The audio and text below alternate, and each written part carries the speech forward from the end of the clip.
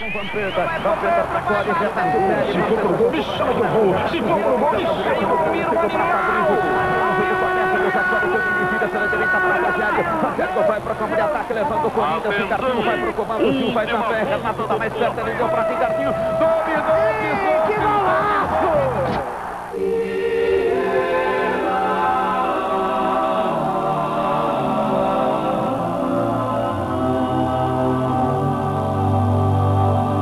Ao som dessas vozes, o futebol toma outra dimensão. Nervos à flor da pele, frio na barriga, emoção redobrada. São elas, a tradução dos olhos do torcedor no estádio. Narrador de futebol, profissão que tem por finalidade emocionar, quase sempre fruto de um sonho do passado, uma brincadeira de criança. Eu me lembro que com 13, 14 anos de idade, eu pegava uma latinha de massa de tomate, aquelas latinhas vermelhas de massa de tomate. Eu ia assistir treino do meu São Bento lá de Sorocaba, na cidade onde eu nasci, e ficava na arquibancada narrando os treinos. Eu comecei a narrar futebol por causa do Osmar Santos, que é meu irmão. Ainda muito garotinho, com 12 anos de idade, em Marília, ele organizou lá um campeonato dente de leite. Osmar sempre foi muito inovador, muito criativo, e ele resolveu colocar um locutor dente de leite também para transmitir o campeonato que ele fez. E eu caí nessa rede. Eu tinha 8 anos quando isso pintou. Os meus irmãos, que são todos muito mais velhos do que eu, felizmente, né? Eles tinham um time de futebol lá na rua da nossa casa e então constantemente a gente fazia aquelas peladas. Eles organizavam aquelas peladas de rua e eu ficava na lateral, improvisava um microfone com uma latinha de massa de tomate e narrava aqueles jogos, né?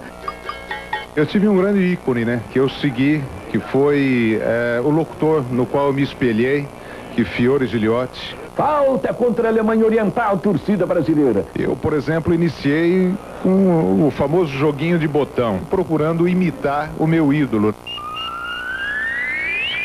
Que menino não se deixou encantar por aquelas mágicas peças que deslizavam sobre o campo?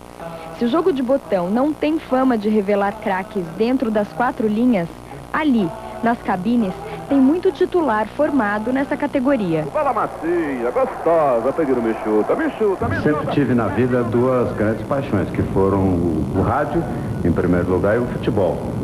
E então a gente jogava botão. Eu fui ficando tão treinado, porque jogava o dia inteiro praticamente, que eu comecei a irradiar. E o pessoal achava interessante. Então os meus adversários só jogavam comigo, porque normalmente eles sabiam que iam perder, se eu irradiasse, porque a graça era eu irradiar e não mais jogar. Olha a falha da zaga do Corinthians, sai o Wellington, sai Dida, tira dali, vem atingido.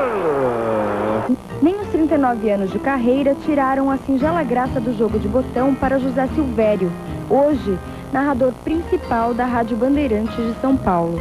Para reviver os tempos em que essa era a principal diversão da vida dele, convidamos Milton Leite, locutor da ESPN Brasil, para um desafio. Você covardia vir jogar no campo do adversário, no time do adversário. Não, você não trouxe time? Não, eu nem tenho. Mas eu te empresto um time bom que já está treinado. Aí nós vamos arrumar um time para ele. Tem que ser um time preto e branco, né? Eu não sei o que está falando. Não, serve o vermelho mesmo. Serve o vermelho? Sim, mesmo. Esse vermelho é o Olímpica de Lavras, é o meu time do coração. Melhor ainda. No campo do adversário é bom jogar com muita calma, procurando pela brecha pra poder ganhar. Começa a partida, o Marquinhos faz a movimentação aqui para o Simeão. Eu vou chutar no gol, velho. Não pode. Ah, não pode. Quando eu era garoto, eu jogava, né? A gente não tinha essa sofisticação de campos e tal. Eu jogava no chão, no taco de casa, na mesa da sala de jantar e tal.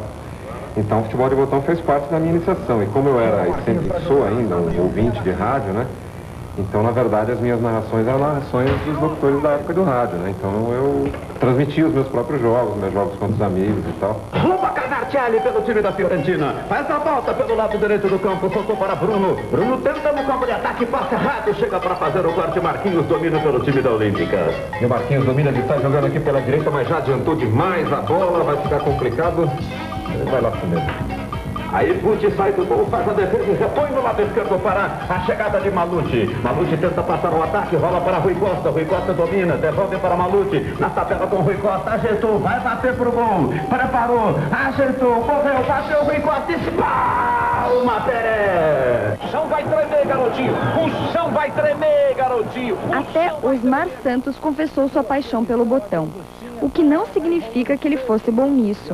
Em 1993, aqui no Grandes Momentos do Esporte, o repórter Elvídio Matos é quem deu aula ao pai da matéria. Miller tem uma avenida pra correr, mas vai emendar daqui mesmo. Vamos ver, Miller, é bom. Tô armado, tô armado. Então, Essa bola não passa aí. Não preparou, Miller chutou. Uau! É gol! Gol do São Paulo! Isso foi armado? Primeiro chute. Não, meu garoto, 1000 vezes não. Não, 1000 vezes não. Tem um levantamento alto, desvio! Gol da França! O meu primeiro contato com o botão não foi nem jogando, foi ouvindo as histórias que meu pai contava, porque ele também jogava botão. Então não eram só os botões de casaco, os botões grandes, mas as tampinhas de relógio, né? Os celulóides que eles chamavam. Eu cheguei a jogar muito ainda com Botão de tampinha a relógio. gente fazia muito porque a gente não tinha dinheiro para comprar botão, né? Então nós inventamos lá na nossa cidade pegar coco e a gente saía catando as cascas de coco que tinha na cidade e o pessoal jogava fora com coco maduro já, né?